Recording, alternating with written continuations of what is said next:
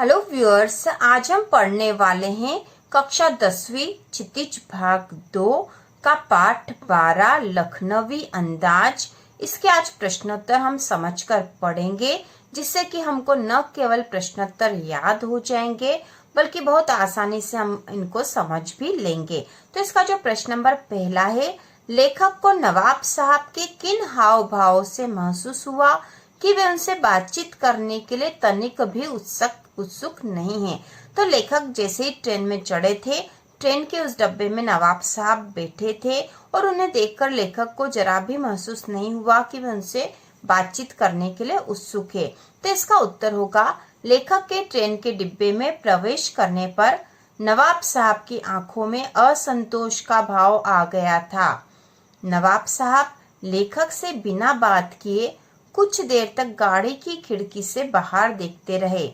नवाब साहब के इन हाव भाव से लेखक को महसूस हुआ कि वे उनसे बातचीत करने के लिए तनिक भी उत्सुक नहीं है। तो जो नवाब साहब थे, उनके हाव भाव से और उनके व्यवहार से लेखक को महसूस हो गया था कि नवाब साहब उनसे बात करने को तैयार नहीं है, क्योंकि जैसे ही लेखक ट्रेन के डिब्बे में प्रवेश करा था उन्होंने, वैसे ही उन्होंने महसूस करा कि नवाब साहब की आंखों में असंतोष का भाव आ गया है और नवाब साहब लेखक को बिना देखे और बिना बात किए कुछ देर तक गाड़ी की खिड़की से बाहर देखते रहे। नवाब साहब के इन हाव भाव से लेखक को महसूस हुआ कि वह उनसे बातचीत करने के लिए तनिक भी उत्सुक नहीं है। इसके बाद जो प्रश्न नंबर दूसरा है, नवाब साहब ने बहुत ही यत्न से खीरा काटा, नमक मिर्च बुरका, अंततः सूंघकर ही खिड़की से बाहर फेंक दिया। उन्होंने ऐसा क्यों किया होगा? उनका ऐसा करना उनके कैसे स्वभाव को इंगित करता है? तो इसका उत्तर हम देखेंगे। नवाब साहब ने ऐसा इसलिए किया होगा ताकि लेखक को उनकी खानदानी तहजीब व रईसी का पता चल सके। जो नवाब साहब थे, उन्होंने ऐसा इसलिए किया होगा ताकि वो लेखक को दिखाना चाहते थे कि वह कितने खानदानी और रईस है, कि वे केवल सूंघकर ही खीरे को ट्रेन की खिड़की से बाहर फेंक रहे हैं, वे उन्हें खा भी नहीं रहे। ये उनकी रईसी का प्रतीक है। इसलिए नवाब साहब ने ऐसा इसलिए किया होगा ताकि लेखक को उनकी खानदानी तहजीब व रईसी का पता चल सके। इसके साथ ही यहाँ पर जो अगला प्रश्न है, उनका ऐसा करना उनके कैसे स्वभाव को इंगित करता है? तो इसका उत्तर होगा, उनका ऐसा करना उनके आडंबर पूर्ण स्वभाव को इंगित करता है। इससे उनकी बनावटी जीवन शैली का आभास मिलता है।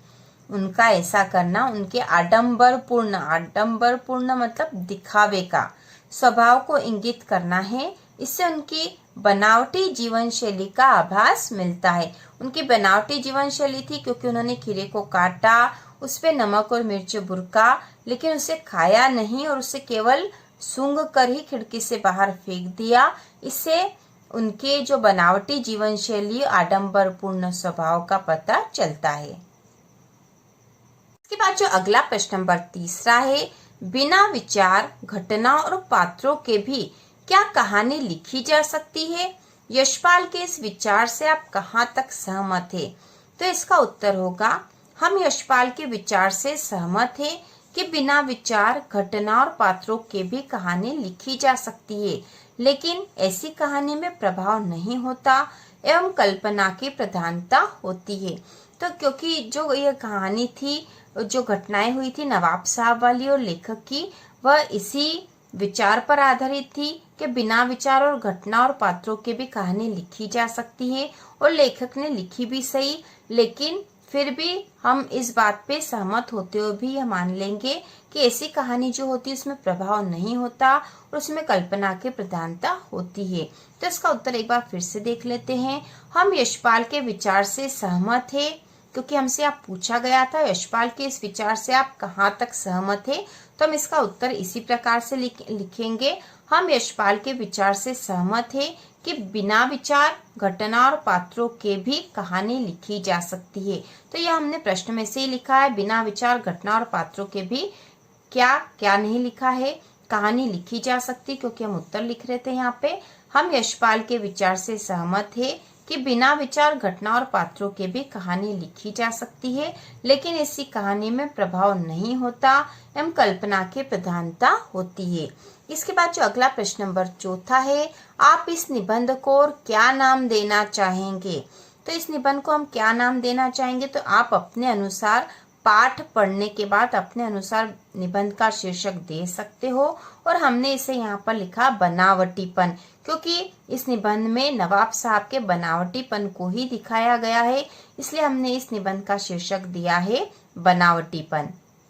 इसके बाद हम प्रश्न नंबर 8वां देखेंगे, और इसके पहले के जो प्रश्न थे वह इम्पोर्टेंट नहीं है, आपकी परीक्षा के लिए उपयोगी नहीं है। आप उन्हें पढ़ के अपने अनुसार उत्तर लिख सकते हो, या फिर नहीं भी लिखोगे तो उससे कोई फर्क नहीं पड़ेगा। अब हम पढ़ेंगे प्रश्न नंबर 8वां। निम्नलिखित वाक्यों में से क्रियापद छांटकर क्रिया भेद भी लिखिए। तो हमें यहाँ क्रियापद छांटना है और क्रियापद छांटने के बाद क्रिया का भेद लिखना है। तो पहला वाक्य है, एक सफेद पोश सज्जन बहुत सुविधा से पालती मारे बैठे थे। तो यहाँ जो क्रियापद होगा वह था बैठे थे। बैठे थे यहाँ क्रियापद है, और यह जो क्रिया है वह अकर्मक क्रिया है, अकर्मक क्रिया। इसके बाद जो ख वाला है, नवाब साहब ने संगति के लिए उत्साह नहीं दिखाया। तो इसमें जो क्रियापद है वह है दिखाया, और जो क्रिया है वह है सकर्मक क्रिया। इसके बाद ग वाला है, ठाली बैठे कल्पना करते रहने की पुरानी आदत है। तो यहाँ क्रियापद है और यह अकर्मक क्रिया है। इसके बाद घ वाला है, अकेले सफर का वक्त काटने के लिए ही खीरे खरीदे होंगे। इस वाक्य में क्रियापद है खरीदे होंगे, और यह सकर्मक क्रिया है। अगला है, दोनों खीरों के सिर काटे और उन्हें गोद कर झाग निकाला। तो यहाँ क्रियापद है निकाला, और क्रिया है सकर्मक क्रिया। इसके बाद अगला जो च वाला है, नवाब साहब ने सतृष्ण आंखों से नमक मिर्ची के संयोग से चमकती खीरे की फाकों की ओर देखा। तो यहाँ पे क्रियापद है देखा, और क्रिया है सकर्मक क्रिया। इसके बाद अगला छ वाला है, नवाब साहब खीरे की तैयारी और इस्तेमाल से थककर लेट गए। तो यहाँ क्रियापद है लेट गए, और क्रिया है अकर्मक क्रिया। इसके बाद अगला जो ज वाला है, जेब से चाकू निकाला। तो यहाँ क्रियापद है निकाला, और क्रिया है सकर्मक क्रिया। तो यहाँ पर हमने क्रियापद और क्रिया के भेद बता दिए हैं। इसके बाद इस पाठ का एक जो इम्पोर्टेंट क्वेश्चन है वह हमने यहाँ लिखा है, यह इम्पोर्टेंट है, आपको याद होना चाहिए। तो यहाँ प्रश्न है, लखनवी अंदाज कहानी के माध्यम से लेखक ने सामंती वर्ग की किस प्रवृत्ति पर कटाक्ष किया है, अथवा लखनवी अंदाज कहानी का संदेश लिखिए। तो कहानी का संदेश या कहानी के माध्यम से सामंती वर्ग की किस प्रवृत्ति पर कटाक्ष किया है, यह इम्पोर्टेंट क्वेश्चन है, और दोनों प्रश्नों का एक ही उत्तर होगा। तो इसका उत्तर है, लखनवी अंदाज कहानी के माध्यम से लेखक ने एक ऐसे नवाब की रईसी व दिखावटी स्वभाव का वर्णन किया है, जो पहले तो नमक मिर्च लगाकर खीरे की फाकों को तैयार करता है, लेकिन बाद में उन्हें केवल सूंघकर ही खिड़की से बाहर फेंक देता है। इस प्रकार लेखक ने सामंती वर्ग के दिखावटी व्यवहार पर कटाक्ष किया है। तो इसका उत्तर है, लखनवी अंदाज कहानी के माध्यम से लेखक ने एक ऐसे नवाब की रईसी व दिखावटी स्वभाव का वर्णन किया है, जो पहले तो नमक मिर्च लगाकर खीरे की फाकों को तैयार करता है, लेकिन बाद में उन्हें केवल सूंघकर ही खिड़की से बाहर फेंक देता है। इस प्रकार लेखक ने सामंती वर्ग के दिखावटी व्यवहार पर कटाक्ष किया है। तो यहाँ पे खीरा मतलब खीरा ककड़ी है, जिसे काटकर जो नवाब थे उन्होंने तैयार करा था नमक मिर्च लगाकर खाने के लिए, लेकिन लेखक के आ जाने के बाद उन्होंने वो जो ककड़ी थी उसे खाया नहीं, केवल सूंघकर ही खिड़की से बाहर फेंक दिया, और इस प्रकार अपने दिखावटी व्यवहार का प्रदर्शन किया। तो इस प्रकार हम इस पाठ के सारे प्रश्नोत्तर जो इम्पोर्टेंट थे कर चुके हैं, और इसी प्रकार के और वीडियो देखने के लिए कक्षा 10वीं की संपूर्ण तैयारी के लिए चैनल को सब्सक्राइब कीजिए।